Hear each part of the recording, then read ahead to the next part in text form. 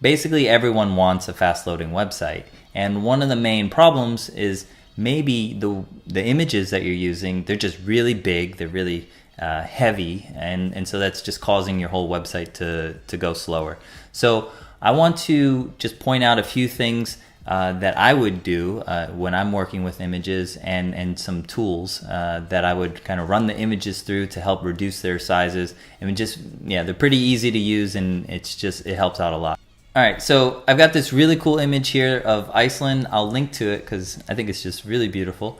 What we want to do is look at the image size, what it is now, and see what we can reduce it to. So I'm just gonna get info here, and I can see that this image is almost, so it's 51 megabytes. That's really big for your website. If I look at the size of it right here, the dimensions, 8,000. So this is something where I could imagine the guy he has a professional camera, he's taking the photo, and this is more or less the size that he has. But for the web, we don't need this size. This is huge. It's more than enough. So what we can immediately do to help with this 51 megabytes is we can just reduce the size. And this is something a lot of people will forget to do when they're managing their own website content.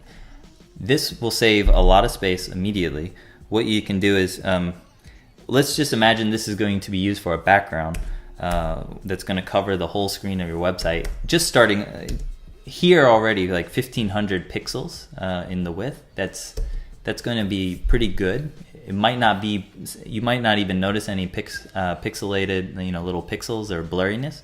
So I'm just going to save it. That's not the actual size, this little thumbnail. I'm going to bring it back to its normal size. So you can see, like, I'll just try to zoom it in a little bit.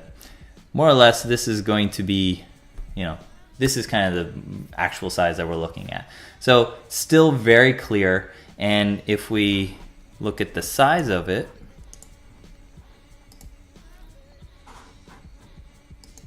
it's now gone down to 2 megabytes. So that's a big difference already. But for the web, we want this even lower. So to do that, there's a couple tools. One of the tools I use is called JPEG Mini, and this is the application. They actually have a website here, and you can download the tools right here. So I just download the one for Apple because that's what I use. And the free version gives you 20 photos. I've used this a couple times today, that's why it says 18. But if just gonna create a duplicate here. If I run this, so remember this is now 2 megabytes. If I run it through here, it's doing some magic. It's basically reducing the size, and it said that it reduced it by 5.2. So if I click here on the info, it's now 372 megabytes.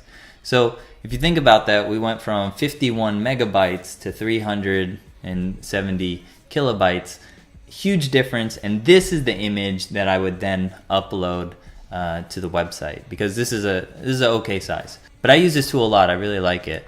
There's another website, I'll bring it up here, called tinypng.com. And what's cool here is, unlike the other one, so the JPEG Mini, this one does both PNGs and JPEGs. So PNGs are those images that don't, let's say you have a transparent background, you can use that here to help reduce the size.